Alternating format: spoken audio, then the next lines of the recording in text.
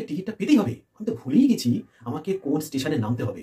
সৌরভ গাঙ্গুলি, মুকেশ আম্বানি এরা বাজারে গিয়ে মাছের দরদাম করছেন। আমার ওয়াইফের হাতে তৈরি অমৃত সমান পোলাও, মাংস, পিঠে ফেল।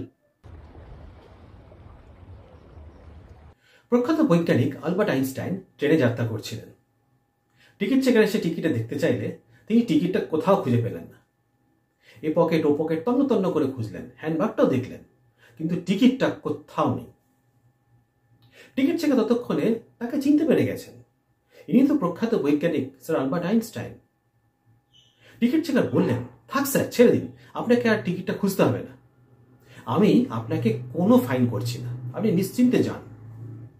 স্যার আলবার্ট আইনস্টাইন বললেন, আরে না না, আমাকে টিকিটটা পেতেই হবে। আমি ভুলে গেছি আমি কোন স্টেশনে নামবো। ব্যক্তিগত জীবনে ভীষণ ভোলামনা ছিলেন স্যার আলবার্ট আইনস্টাইন। যারা প্রফেশনাল লাইফে ভীষণ উচ্চ স্তরে থাকেন তাদের প্রায়শই আমরা ছোট ছোট ব্যক্তিগত, পারিবারিক বা সামাজিক বিষয় ভুলে যেতে দেখি। এটা খুব স্বাভাবিক।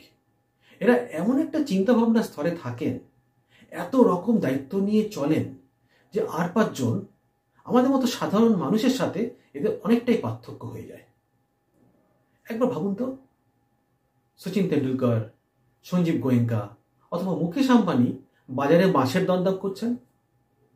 আলুর দাম এত কেন বাড়লো, রান্নার গ্যাস কেন 1 মাস চলছে না, চিনির দাম বেড়ে যাচ্ছে কেন, এই নিয়ে চিন্তা করার কি সময় তাদের আছে? এরা প্রায়শই ভুলে যান কোন রিলেটিভের বাড়িতে যাওয়ার কথা ছিল, কোন বন্ধুর বাড়িতে নেমন্তন্ন ছিল, কোন রিলেটিভের বিয়েতে উপস্থিত থাকতে হতো, গাড়ির চাবিটা কোথায় রেখেছেন। এদের কেউ হয়তো বৈজ্ঞানিক জটিল বিষয় নিয়ে গবেষণা করছেন, অথবা খেলোয়াড় নিজের পারফরমেন্স নিয়ে ভীষণ চিন্তিত, ফোকাসড, আরো বেটার করার চিন্তা করছেন, অথবা কোনো কোম্পানির উচ্চ পদে আছেন। এদের কেউ আইএএস, আইপিএস, জাজ, ম্যাজিস্ট্রেট, গায়ক বা শিল্পী। এরা ভুলে যান, ভুলে যেতেই পারেন।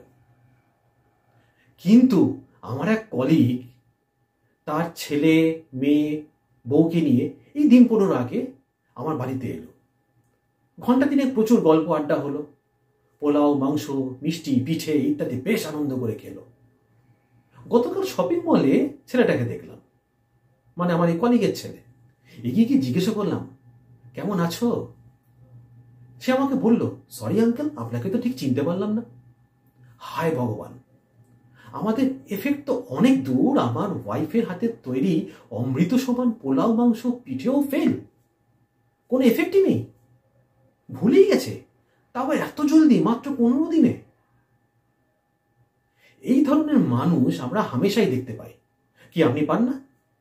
এরা নিজেদের প্রয়োজনে সবকিছু টু দ্য পয়েন্টে মনে রাখে, কিচ্ছু বলে না। নিজেদের স্বার্থ যেখানে জড়িত সেখানে উপযাজক হয়ে উপকার করতে আসে।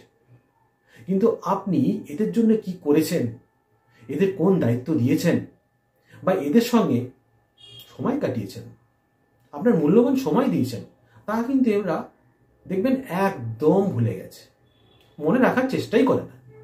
কারণ একটাই, এদের জীবনে আপনি অপ্রয়োজনীয়, এদের জীবনে আপনি এক্সট্রা। ধরুন অরিজিৎ সিং বা অনুপম রায়ের কনসার্টে গেছেন, ওদের সাথে যারা মিউজিক দিচ্ছে বা কোরাস গাইছে তাদেরকে কি আপনি মনে রাখেন, তাদের ছবি তোলেন? তাই মন খারাপ করবেন না, মনে রাগ পুষে রাখবেন না, এতে নিজেরই ক্ষতি হবে।